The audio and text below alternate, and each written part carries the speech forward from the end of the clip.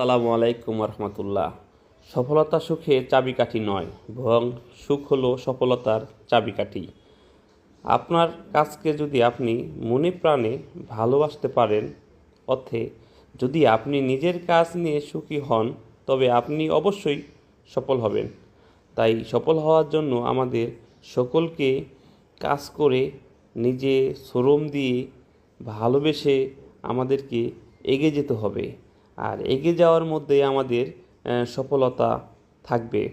তাই চিন্তা করো বেশি, বলো কম, লেখো তার চেয়েও কম। তাহলেই আমরা এগিয়ে যেতে পারবো। আমাদের চিন্তা ভাবনা যদি আমাদের কাজের মধ্যে থাকে, তাহলে কিন্তু আমরা আস্তে আস্তে এগিয়ে যেতে পারবো। তাই আসুন, যত কষ্টই হোক, আপনি যে কাজটাই শুরু করছেন না কেন, এই কাজটা শেষ না করা পর্যন্ত আপনাকে এগিয়ে যেতে হবে। তার মানে আপনি ভাবতেছেন যে আমি হয়তো আর সামনের দিক এগিয়ে যেতে পারবো না, এটা কখনোই ভাববেন না।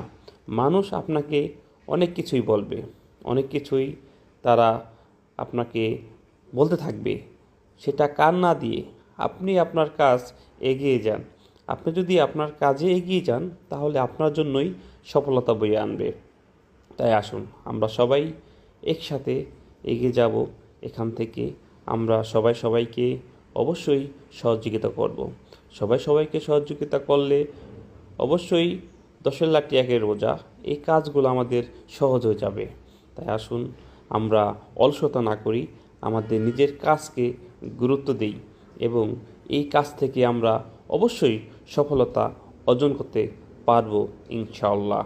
আসসালামু আলাইকুম ওয়া রাহমাতুল্লাহি ওয়া বারাকাতুহু।